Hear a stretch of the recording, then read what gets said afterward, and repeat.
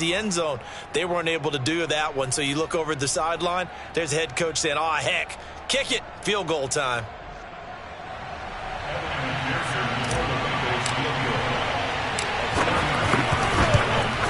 McPherson's kick is good. And that'll move their lead up to 4 now. Well, he was a spectator for much of this game. This is his first field goal opportunity of the entire contest, but he's able to connect. Yeah, he had a pretty good seat to this one, didn't he? But let's face it, all kickers that you and I know, they want to contribute. They want their opportunity, and he seized his.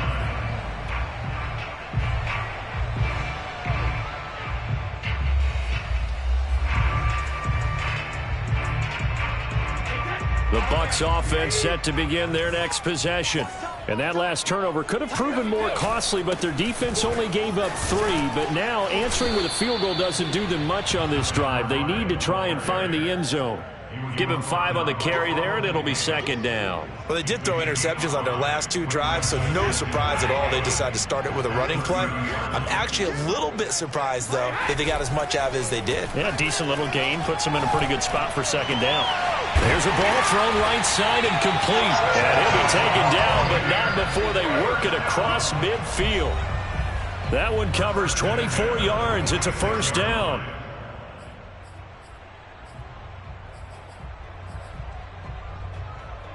So it's Buccaneer football as we welcome you back. They come up on a 1st and 10, desperately needing a score here on what could be their final drive. And this one goes nowhere. Losing yardage on the play back at the 46. 2nd and 11. Now Brady. Looking downfield for Godwin.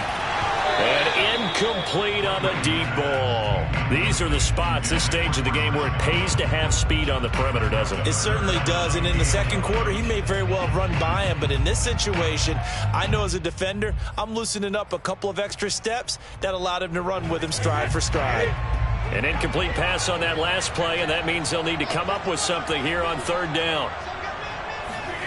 To throw is Brady. Throwing right, and that's complete. And he's got another first down as the tackle's going to be made at the Bengals' 23. 23 yards on the play.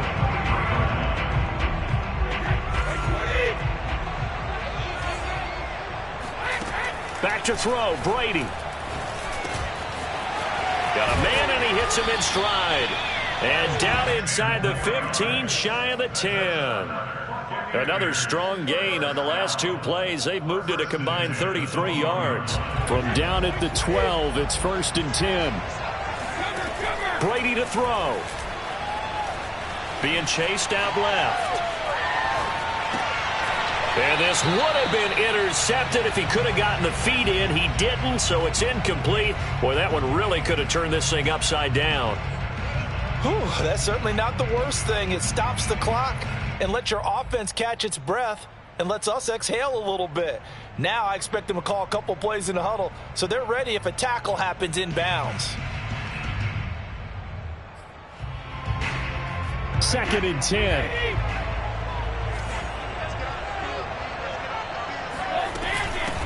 Hands it off out of the gun. And he's going to be taken down with a marker on the field. So let's see about the call. That hold coming from the middle of the line, the center. And it's difficult for him because sometimes you've got people right over you, and as soon as you snap it, trying to get your hands up and block them, you can be a little bit late getting it done.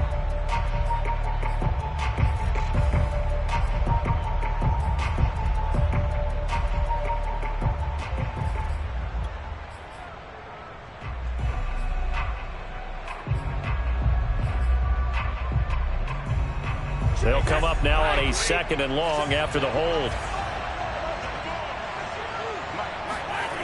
He's back to throw. That's complete to his receiver, Godwin. Now the Bucs going to use the first of their timeouts as the clock will stop with just under 30 seconds left to go.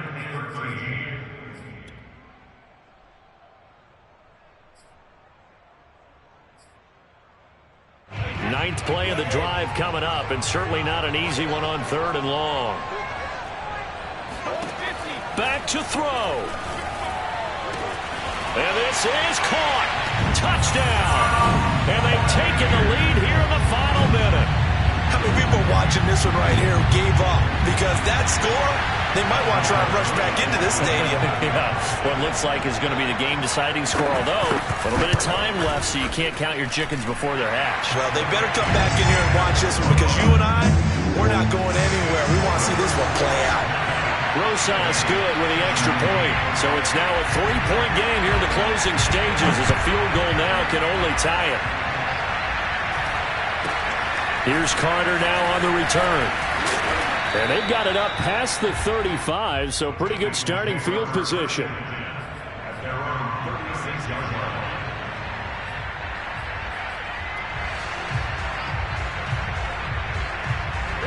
The Bengals drive about to get going. They only need a field goal. Obviously, the clock a huge factor. They'll be watching that. What do they need to do here, Charles? Your sequence of plays has to get you out of bounds. Completions, get out of bounds, gain some yardage.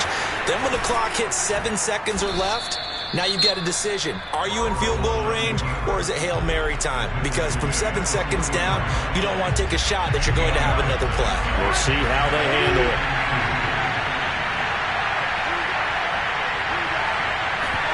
Burrow.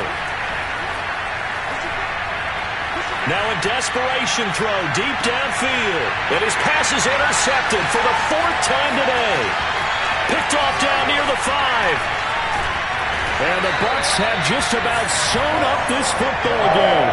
When you talk about making winning plays, that is a winning play at this stage of the game. To come up with that interception, huge. I like how you identified that, because most people think winning plays are the offense trying to get it done. In this case, nursing a lead, they found a way to make a play on that side of the ball and maybe finish things off. And he'll be taken down here, and that is how this one is going to come to an end. So fire the cannons. It's a victory here for Tampa Bay. And this coaching staff, CD, I think you'd agree, pleased with this overall effort. I think they're more than pleased, right? They've got to look at each other like, wow, we just pulled this one off in a big